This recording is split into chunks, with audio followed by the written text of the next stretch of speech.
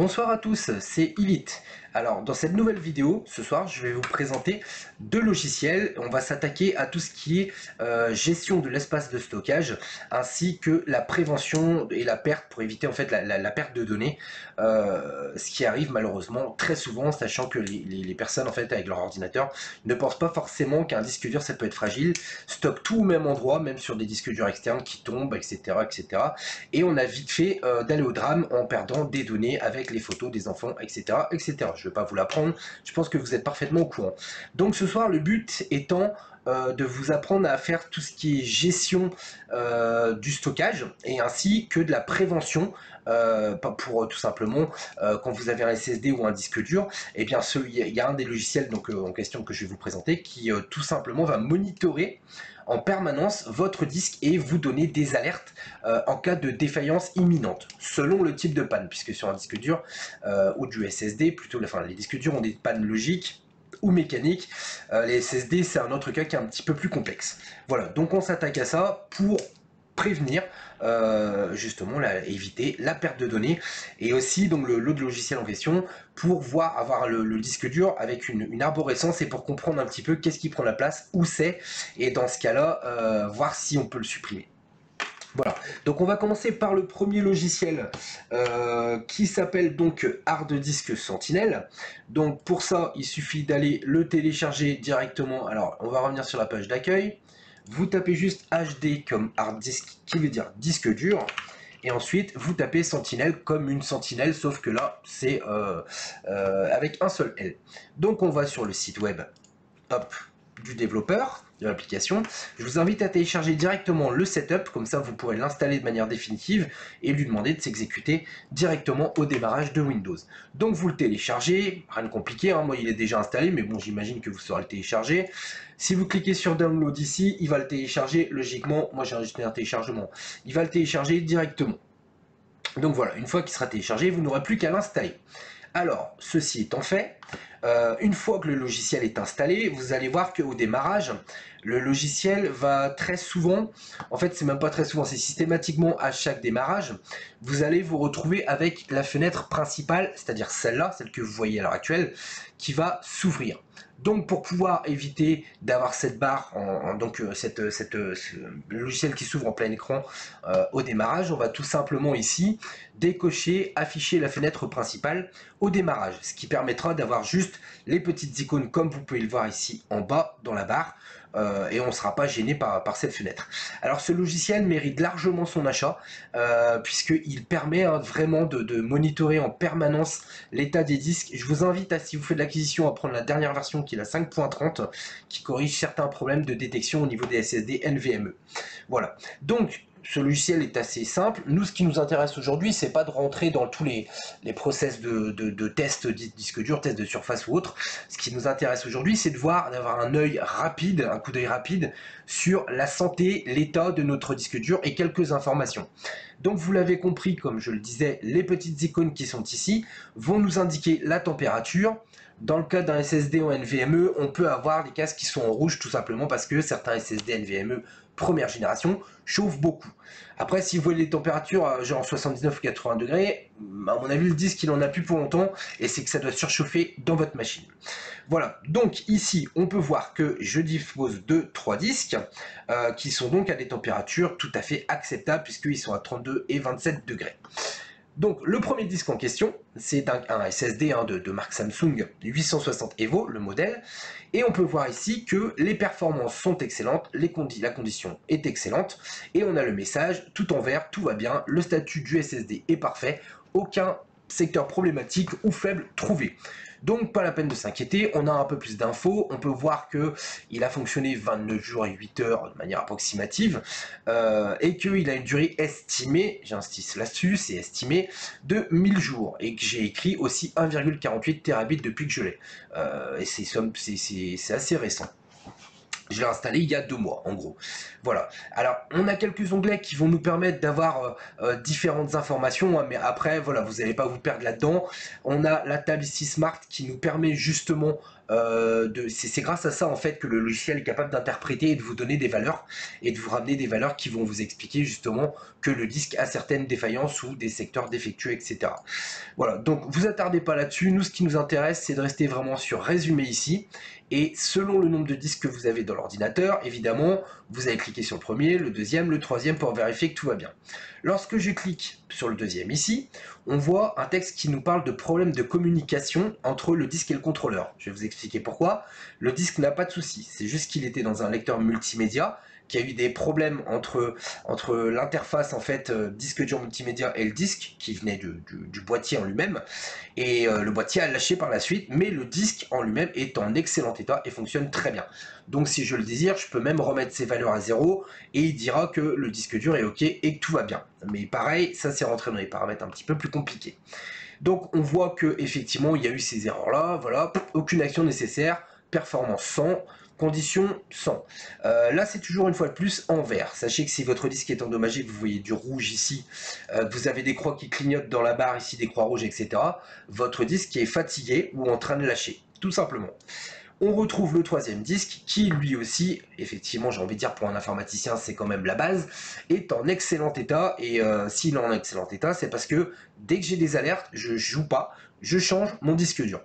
Alors, on va prendre un cas assez particulier, dans le cas des SSD, la condition peut baisser et ça sera tout à fait normal, c'est tout simplement parce que les SSD n'ont pas le même fonctionnement que des disques durs classiques. Donc quand un disque dur classique est dégradé ici au niveau de la condition, effectivement ça peut être très rapidement problématique, puisque même avec 10 secteurs défectueux, on peut se retrouver avec un disque qui est totalement inaccessible. Tout comme on peut avoir un disque qui a des centaines de secteurs et pouvoir y accéder. Alors là, il n'y a juste pas de... c'est pas une science exacte, voilà. Mais pour le SSD, si vous voyez la condition 98%, vous alarmez pas, il va descendre au fur et à mesure que des secteurs seront devenus inexploitables parce qu'ils ont été réécrits trop, un trop grand nombre de fois. Voilà, donc ça c'est pour la partie en fait tranquillité, c'est-à-dire que vous avez beaucoup plus de chances avec ce type de logiciel installé en permanence de prévenir justement de la perte de données, sachant que lui aussi en fait est capable, lorsque vous branchez des disques durs externes ou des clés USB, vous pouvez lui dire, dans les préférences toujours, vous pouvez lui dire en cochant des cases d'aller vérifier l'état des médias externes. C'est un logiciel qui vraiment, j'utilisais un autre auparavant qui était HDTune, sauf que très souvent HDTune, je me suis retrouvé avec des problèmes de base de données. Il connaissait pas les disques qui n'existaient pas dans sa base de données, donc je n'avais pas d'informations. Je me suis donc dirigé vers cet excellent logiciel qui est Hard Disk Sentinel Pro.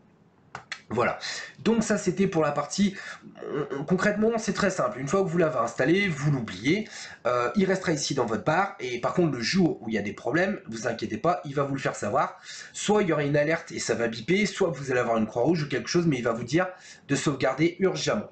Alors, il est possible dans certains types de pannes, puisque comme j'explique, il y a différents types de pannes sur des disques durs, hein, ça peut être de la panne logique, mécanique, etc. Il y a différents types de pannes et des fois, malheureusement, ça ne prévient pas.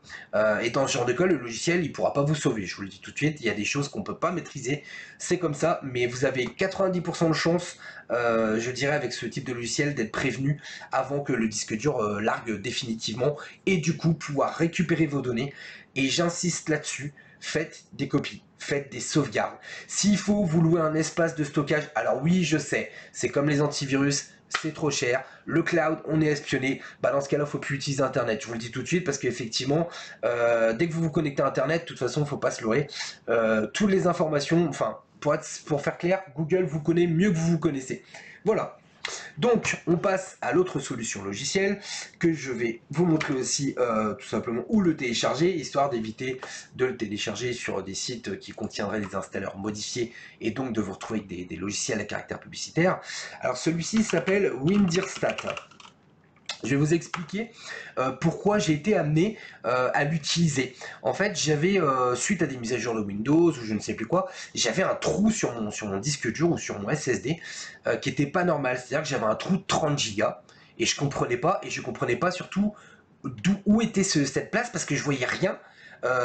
qui prenait de la place. Il y avait clairement un trou, comme si j'avais perdu du stockage, et j'arrivais pas à comprendre quel fichier occupait cet espace libre. Cet espace, enfin, c'est occuper cet espace, c'est pas cet espace libre, c'est occuper cet espace tout court. Donc, on va ici, le logiciel, comme je l'ai expliqué, s'appelle Windirstat. On va donc télécharger Windirstat ici directement sur le site du concepteur. Donc en cliquant soit directement sur Download Permalinks, et après vous allez cliquer, peu importe, sur un lien qui va vous amener, là ici il y a des miroirs, si ça fonctionne pas, vous allez pouvoir télécharger directement le logiciel. Voilà, donc une fois qu'il sera téléchargé, vous allez vous retrouver avec un exécutable. Alors, pourquoi il me lance pas ici? Download links, below machin, SourceForge. Alors, ok, c'est bon, c'est juste qu'il rame un peu. Donc, une fois que vous avez téléchargé, vous allez, quand vous allez cliquer dessus, vous allez le télécharger et vous aurez juste à tout simplement à lancer l'installation par la suite. Donc, hop, le logiciel, en gros, c'est mon gestionnaire de téléchargement une fois de plus, s'appelle Windirstat Setup 1.2 du coup. Donc une fois que vous l'avez téléchargé, vous l'installez. Vous pouvez y aller, il n'y a pas de logiciel espion, il est clean, il n'y a absolument aucun problème. Donc maintenant, on se rend compte qu'effectivement on a perdu de la place sur le disque dur, c'est étrange, c'est vraiment bizarre, et on ne sait pas d'où ça vient. Alors moi je vous propose avec ce logiciel de comprendre, de cartographier la surface de votre disque dur et du coup comprendre qu'est-ce qui prend de la place, où, comment et pourquoi. Alors attention, puisque ce logiciel nous permet non seulement de voir qu'est-ce qui prend de la place, de le supprimer, mais attention parce que vous pouvez aussi faire des bêtises et supprimer des choses qu'il ne faut pas. Donc, si vous ne connaissez pas, ne touchez pas ou demandez éventuellement à quelqu'un de votre entourage ou renseignez-vous éventuellement aussi sur internet en étant sûr que les sources en fait soient correctes. Alors, on va le relancer du coup depuis le départ. Comme ça, je vais vous montrer vraiment comment lancer l'interface, etc. Et puis vous montrer qu'il y a plusieurs façons de le lancer aussi. Alors, Windirstat, hop. J'ai pas de raccourci, il y a une bonne raison à ça. Ok. Hop. Alors, je vous montre un petit peu le logiciel tel qu'il est. Donc là, il me demande quel lecteur je souhaite scanner. Donc là, je vais pas tous les scanner parce que sinon il va mettre un quart d'heure, parce que ça met du temps. Donc il faut penser, si votre machine n'est pas rapide, ça peut durer 10 minutes le scan, peut-être même plus. Surtout si le disque est bien rempli. Donc, soit on sélectionne tous les lecteurs locaux, et là, pour le coup, effectivement, il va faire tous les lecteurs. Mais moi, ce qui m'intéresse, en fait, concrètement, c'est juste pour vous montrer un exemple. On va prendre le C. Donc je vais juste cocher ici, mettre en surbrillance, le C. Vous pouvez même scanner juste un dossier si vous le désirez, il suffit de lui envoyer le chemin.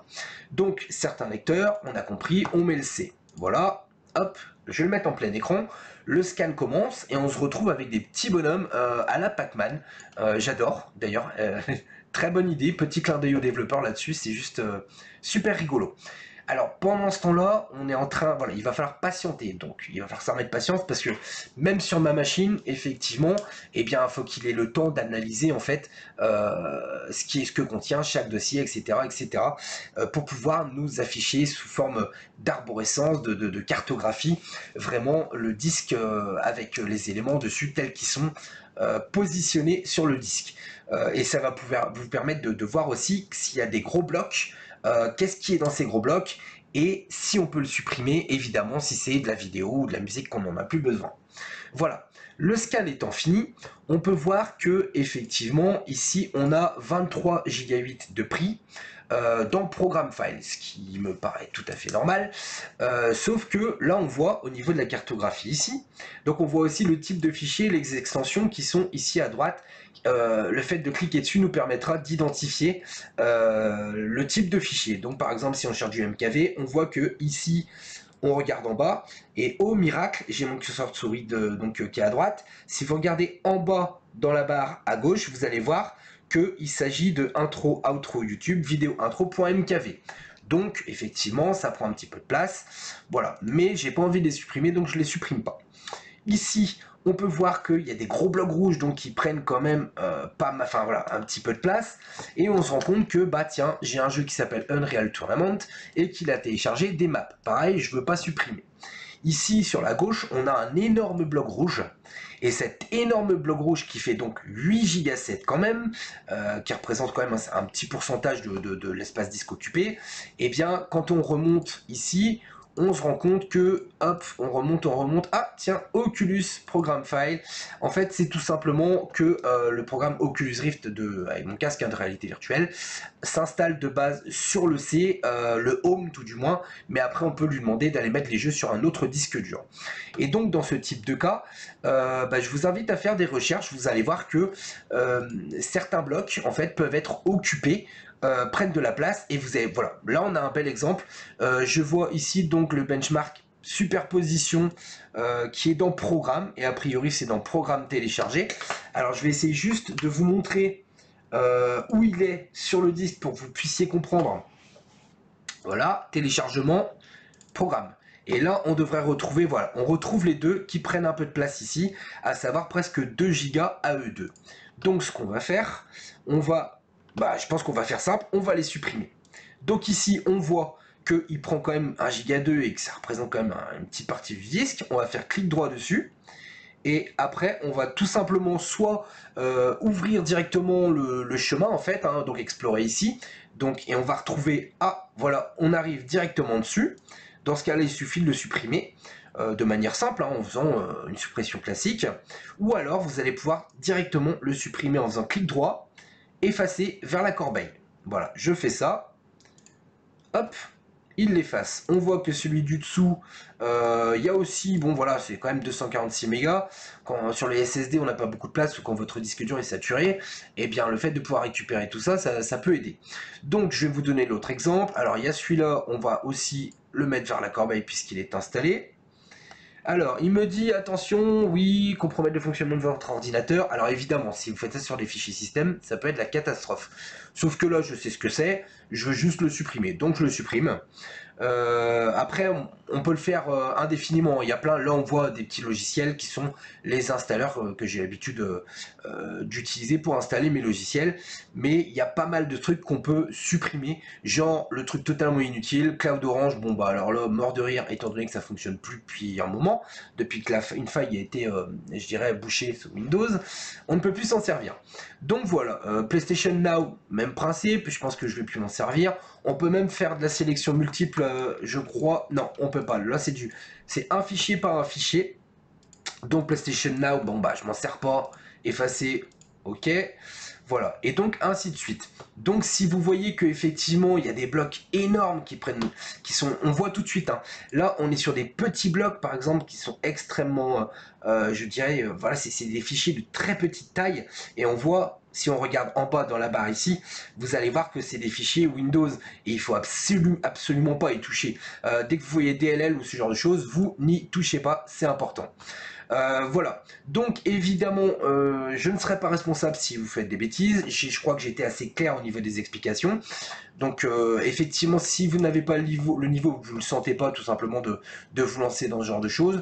C'est juste que dans certains cas, vous pouvez vous rendre compte aussi, moi ça a été le cas, j'ai vu une machine qui était infectée par des trojans, et en fait, il y avait eu des trojans dessus qui avaient rapatrié des botnets, etc., des méchants virus, on va dire ça comme ça, et qu'en fait, il y avait des fichiers temporaires à gogo qui prenaient la moitié du disque, et c'est grâce à ce logiciel-là que j'ai pu comprendre où c'était, et tout simplement comment aussi pouvoir les supprimer.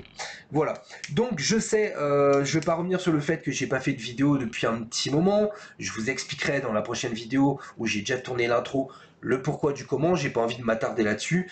Il y a beaucoup de choses à dire, et c'est pour ça que voilà, je suis pas là pour ça. Là j'avais juste décidé d'avoir un petit moment, j'avais un petit moment devant moi, et puis j'avais décidé de vous présenter ces petits logiciels. Comme ça vous n'aurez absolument plus aucune excuse pour dire qu'en fait vous avez perdu des données, ou que vous saviez pas qu'un disque dur, on pouvait vérifier son statut. Voilà, donc sur ce, je vous souhaite une excellente soirée, je vous dis à très bientôt, et vous inquiétez pas, c'est juste qu'effectivement j'ai un gros coup de fatigue, je m'investis beaucoup, et puis il y a un moment effectivement bah, YouTube, hein, il me fait pas gagner ma vie. Donc c'est sûr que bah, je le fais quand j'ai le temps et quand je suis pas trop saturé de travail, ce qui a été compliqué. Voilà, c'est juste que les derniers mois ont été compliqués. Je vous expliquerai un petit peu tout ça dans la prochaine vidéo. Donc je vous souhaite un très bon week-end. Je vous dis du coup bah, à très bientôt.